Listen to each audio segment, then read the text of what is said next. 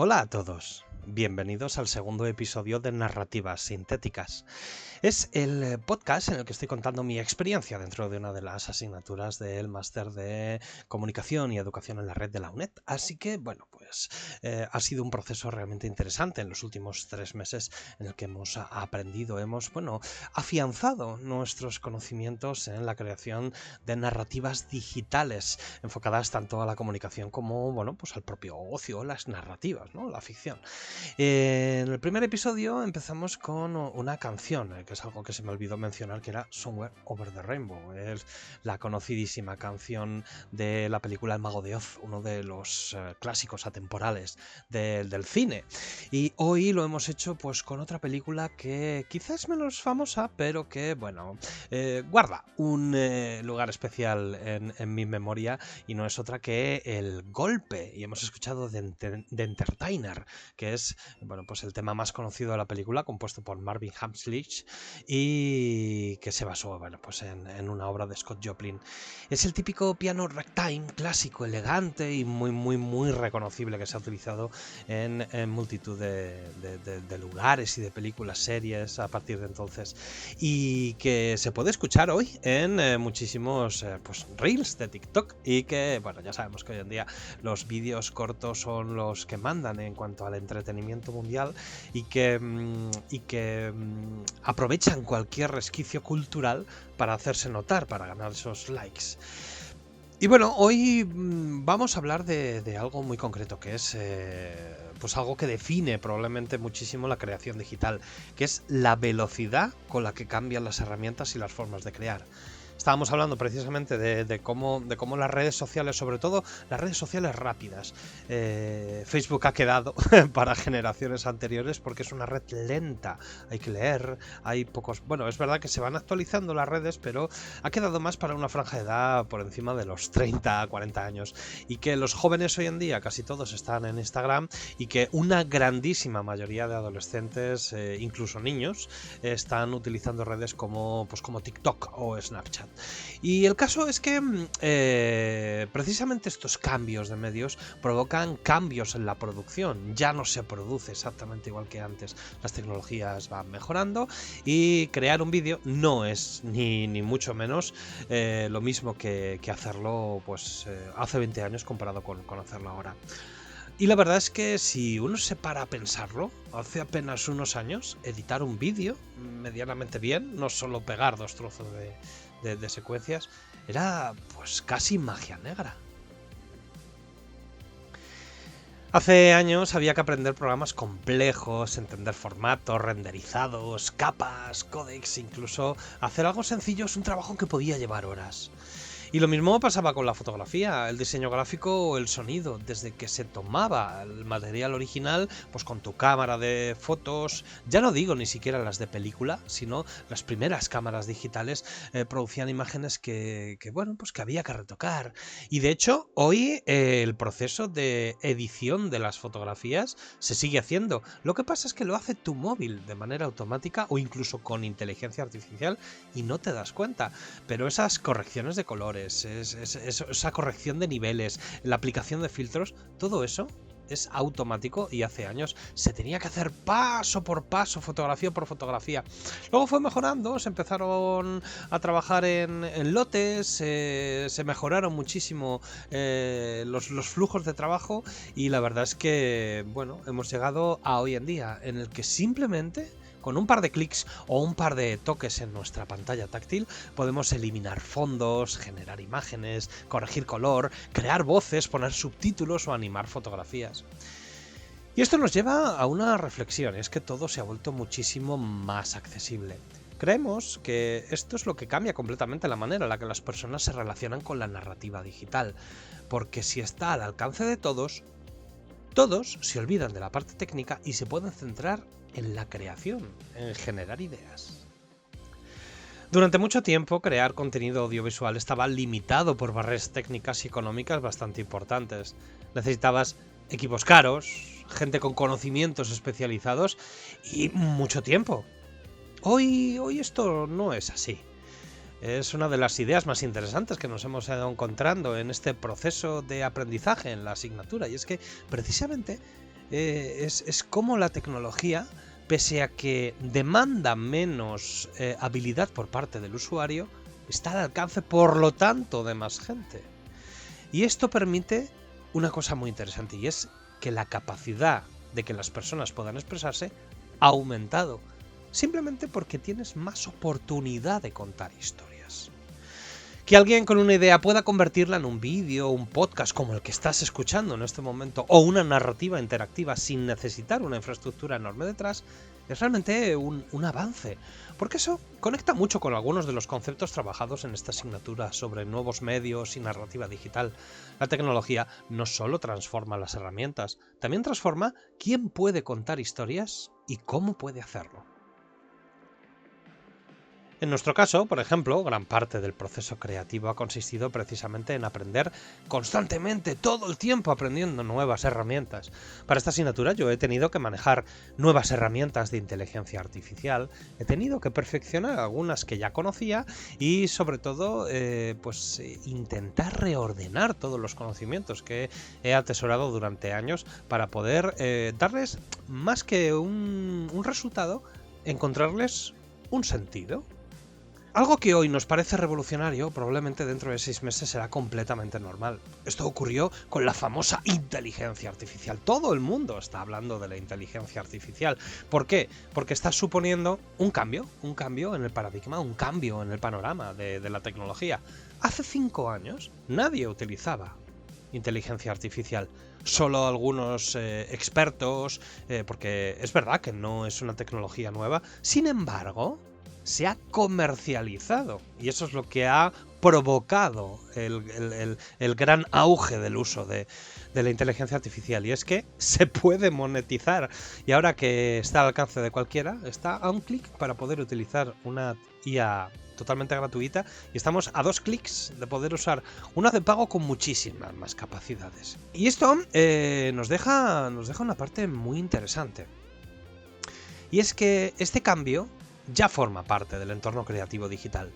Yo trabajo en un puesto de marketing en el que la creatividad es algo habitual en nuestro día a día, y el uso de inteligencia artificial no es que sea habitual, es prácticamente obligatorio desde hace prácticamente 2 años. Entonces nos encontramos con un panorama en el que sí, hay mucha gente que rechaza el uso porque mata la originalidad y las ideas, y hay otros que piensan que la productividad no está penado en absoluto con aportar tus propias ideas y utilizar nuevas herramientas. Y ahí reside un debate bastante interesante. Decíamos que el uso de nuevas herramientas hace el trabajo más fácil. Y es que hay algo curioso en ese concepto. Cuanto más sencilla se vuelve la parte técnica, más importancia adquiere la parte creativa. Vale, aquí también hay otro debate. ¿Qué parte está aportando de la creatividad la IA y qué parte estamos aportando nosotros? Bueno, eso también da un debate, porque la IA no puede generar de la nada, no tiene capacidad de generación autónoma. Tiene que obedecer unas órdenes. Entonces siempre hay una mente pensante detrás, una mente, entiéndase, humana, que le dé las órdenes. Porque si cualquiera puede generar una imagen, entonces lo importante ya no es generar la imagen, es la idea que hay detrás de la imagen. Porque si lo que me estoy saltando es el proceso técnico, yo sigo decidiendo qué imagen quiero. Porque cuando escribo a ChatGPT o cojo mi cámara fotográfica para tomar una imagen, yo decido cuál es el resultado de esa imagen. Quizá el resultado que nos ofrece ChatGPT no es lo que buscamos, pero es que tampoco lo era coger la cámara y hacer una fotografía. Porque haces una imagen y dices, ¡buah! Quiero hacer esta imagen como mi fotógrafo preferido. Pues con esta luz, con este enfoque, con este desenfoque. Y luego obtienes la fotografía y te das cuenta de que tus habilidades técnicas no están a la altura de tus expectativas. Con la IA pasa un poco lo mismo, a veces no hace lo que uno quiere, pero es porque utilizamos la herramienta mal. Eso ocurre pues con cualquier habilidad técnica en la que podemos mejorar nuestras habilidades hasta el punto de encontrar un resultado que se ajuste a lo que estamos buscando. Hoy en día han mejorado muchísimo las herramientas, por lo tanto, obtener vídeos, fotografías de una calidad técnica muy alta es bastante más fácil que antes. Y ahora parece ser que empezamos a valorar más las ideas, la intención narrativa, el enfoque personal. Todo el mundo hace un buen vídeo con calidad cinematográfica. La pregunta es, ¿qué me está contando ese vídeo? En nuestro grupo de trabajo, el Grupo Rojo, en el que estábamos haciendo una historia de ficción, mientras trabajamos en todas las referencias y la pizarra de ideas que estábamos juntando para saber qué queríamos contar, nos dimos cuenta de que gran parte del proceso creativo ya no consiste solamente en producir, sino en conectar conceptos. Porque las ideas que tengo yo pueden no ser las mismas que tengan mis compañeros, pero juntas es lo que construye una narrativa, una historia, un guión que al final, bueno, pues utilizamos. Ya os digo, os hablaré largo y tendido del proceso creativo de nuestro trabajo que se llama 404 Laura Not Found. Pero bueno, eso como da para mucho lo hablaremos en un solo capítulo. El caso es que a la hora de definir una narrativa tenemos que buscar referencias visuales, organizar ideas, relacionar ¿Qué emociones queremos provocar con el material que hemos elegido para hacerlo? Encontrar un estilo. Porque no es lo mismo un tono que otro, una música que otra, una luz que otra. Y todo eso junto conforman estilos. Hay grandes estilos, pues yo qué sé, el minimalista, el cine francés, el nuevo cine de terror elevado, que lo llaman ahora. Son todos estilos reconocibles a los que te puedes sumar con tu aportación de ideas y puedes incluso intentar encontrar uno nuevo.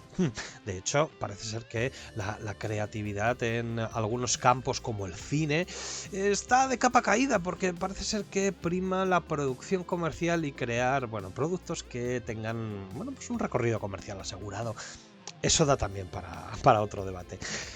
El caso es que a nuestro nivel, que es un nivel bastante más bajo, el de producir pequeñas historias, ya sea para consumo personal o para nuestros trabajos educativos, nos tenemos que centrar en trabajos con IA, como la generación de vídeo con Kling, las imágenes con Canva o generadas directamente con una IA como ChatGPT o Nano Banana, y que, como decíamos antes, no funcionan solas si no tenemos una idea detrás. Sí, puedes ir a tu IA favorita y dile, dame 3 ideas para hacer un reel, y eso lo pegas directamente en tu IA generativa, sacas las imágenes. Sí, se puede hacer, pero sigues dependiendo de esa idea original que tenías, porque tú le has tenido que pedir algo. Tú no puedes llegar a una idea y decirle, genera cosas, hazme el trabajo, así de manera general, porque no va a funcionar.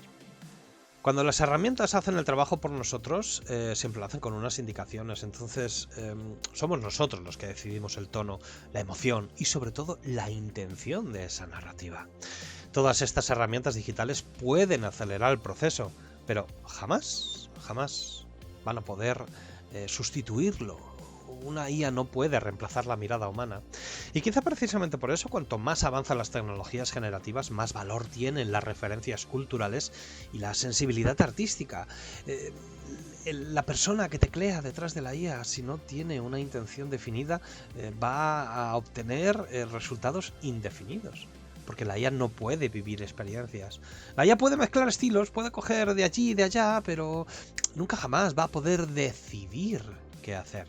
No puede tener recuerdos asociados a una canción, no puede sentir nostalgia por una escena de cine. No puede interpretar el significado emocional que tiene una imagen para una persona concreta. Y en realidad gran parte de nuestro trabajo durante este trimestre ha sido eso, combinar herramientas nuevas con ideas humanas antiguas. Escribir guiones, diseñar narrativas, crear vídeos, generar una idea visual que conecte todos estos elementos es algo que hemos tenido que hacer nosotros. La IA nos ha facilitado muchísimo el trabajo, pero ahí está el truco, ahí está la diferencia. Nos ha facilitado un trabajo que podríamos haber hecho a mano perfectamente, sí, a lo mejor en un año de trabajo, porque tendríamos que incluso aprender nuevas técnicas, pero hubiera sido exactamente igual de posible. Así que la IA lo que hace es facilitarnos la vida si se usa bien, que ahí está la gran diferencia. Si queremos que nos reemplace, vamos a obtener un resultado incompleto, inconcluso, insulso. Pero si nos apoyamos en ella para obtener, vamos a ser más productivos y vamos a dar rienda suelta a nuestra creatividad. Dudo mucho que nuestro grupo hubiéramos sido tan arriesgados narrativamente si no hubiera sido por la capacidad de llevarlo a cabo con una IA. Así que, bueno, esta cosa que el aprendizaje que me quedo de esta parte de la asignatura, que es la de utilización de nuevas herramientas, de facilitar las nuevas narrativas, es esa, que la productividad no está reñida en absoluto con la originalidad. Porque entender la narrativa digital no es solamente la parte creativa, también es la tecnológica, son los medios, cómo puedo llegar al fin. Y eso también es comunicación, porque facilita la emoción. Y porque la cultura no deja de ser adaptarse a nuevos medios.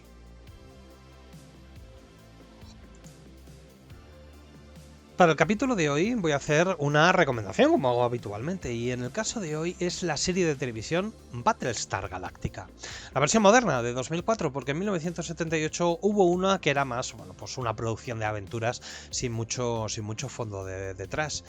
Pero la versión de 2004 de Galáctica se ha convertido en, pues probablemente, una de las mejores producciones audiovisuales hechas sobre la inteligencia artificial. Y cuidado, que la serie tiene más de 20 años. Porque no trataba únicamente de una guerra entre máquinas y humanos, porque en realidad esta serie tenía un pozo muchísimo más profundo sobre identidad, conciencia, religión, memoria y humanidad.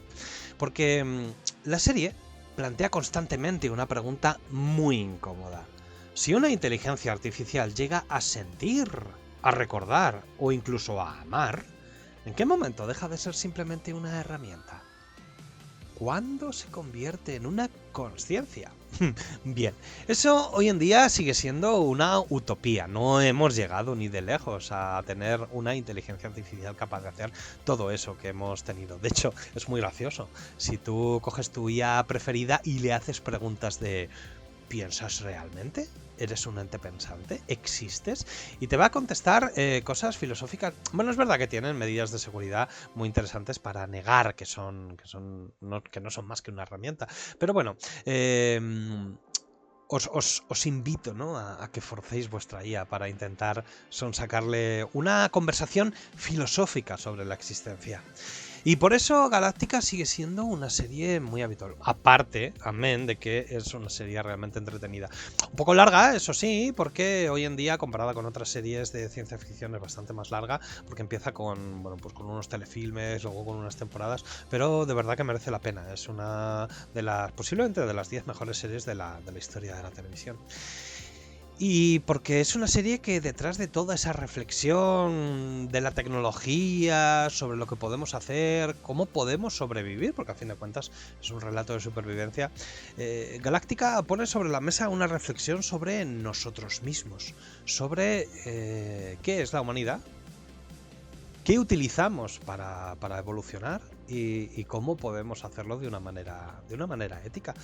Y esto cada vez está más de actualidad, precisamente por la cantidad de herramientas que tenemos a nuestra mano para poder hacer cosas que responden a sentimientos muy humanos. Vuelvo a lo del principio. Utilizamos nuestra inteligencia artificial para provocarte sentimientos humanos a través de las narrativas. Y esto está muy, pero que muy bien.